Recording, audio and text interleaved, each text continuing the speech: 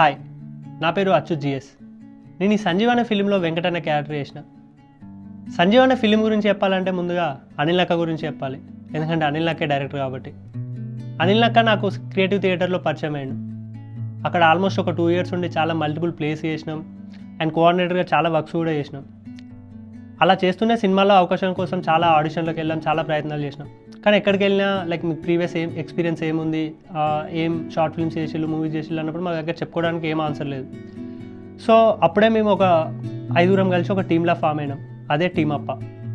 అందులో ఉన్న వాళ్ళందరం లైక్ రెగ్యులర్గా ఇవే ఆడిషన్లకు వెళ్తుండే వస్తుండే, ఏం అవ్వకపోతుండే. సో మాకు మేము రియలైజ్ అయింది ఏంటిదంటే, మనకు ఒకటి అవకాశాలు ఇవ్వడు, మనకు మనమే ప్రూవ్ చేసుకోవాలి, మనకు మనమే అవకాశాలు తెచ్చుకోవాలి. సో అలాంటప్పుడే మేము షార్ట్ ఫిలిం చేద్దామా ఇంకేమన్నా చేద్దామని ఆలోచిస్తున్నప్పుడు అనిల్ నక్క అనేటోడు లైక్ వాడికి కొంచెం ఎక్స్పీరియన్స్ ఉండే అనమాట.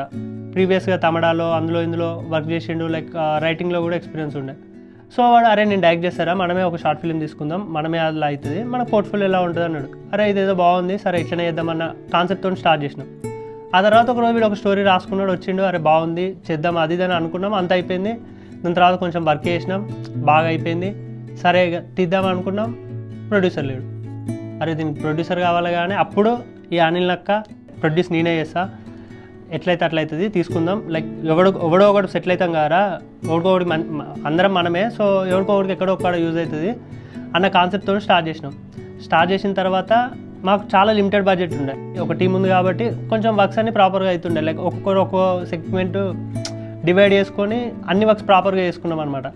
దాన్ని 4 daysలో కంప్లీట్ చేయాలన్న టార్గెట్ పెట్టుకున్నాం. అంత స్కెడ్యూల్ వేసినాం, అంత ప్రాపర్గా అయిపోయింది. 4 daysలో షూట్ కూడా అయిపోయింది. ఇన్ కేస్ మేము ఆ షూట్ కోసం ఎస్టిమేషన్ వేసుకున్న మనీ కంటే చాలా తక్కువనే కంప్లీట్ చేసినాం. అరే ఇంకేంద్రా ఇట్లయితే అయిపోయింది, ఇంకా ఈజీగానే అయిపోతుంది, లైక్ మనం ఎస్టిమేషన్ వేసుకున్న బడ్జెట్ కంటే తక్కువనే కంప్లీట్ అవుతుంది అన్న కాన్సెప్ట్లో ఉన్నాం. 4 daysలో షూట్ కంప్లీట్ చేసి ఎడిటర్ దగ్గర పట్టుకుపోయినాం. ఆ తర్వాత ఆ ఫోటేజ్ చూసుకుంటే లైక్ మాకు మేమే సర్ప్రైజ్ అయినాం.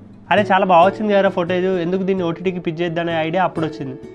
సో సరే ఓటీటీకే పిచ్ చేద్దాం అనుకున్నప్పుడు లైక్ క్రాఫ్ట్ల మీద ఇంకెక్కువ ఇన్వెస్ట్ చేయాల్సి వచ్చింది.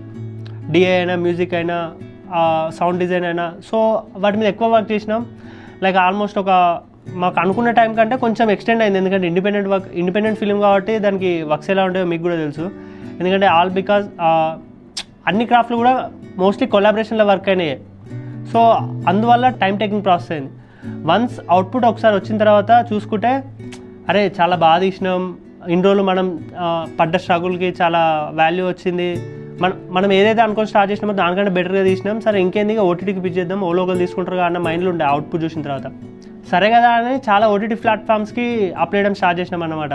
కానీ ఎప్పుడైతే ఈ అవార్డ్స్కి అప్లై చేసినామో అక్కడ లైక్ దాదాసాహెబ్ ఫాల్కే అవార్డు వచ్చింది అండ్ ఇండియన్ ఫిల్మ్ ఫెస్టివల్లో అక్కడ స్క్రీనింగ్ అయింది. లైక్ మేము ఇక్కడ స్టార్ట్ చేసింది అక్కడి వరకు వెళ్ళింది అన్నదే మాకు పెద్ద అచీవ్మెంట్ అనమాట.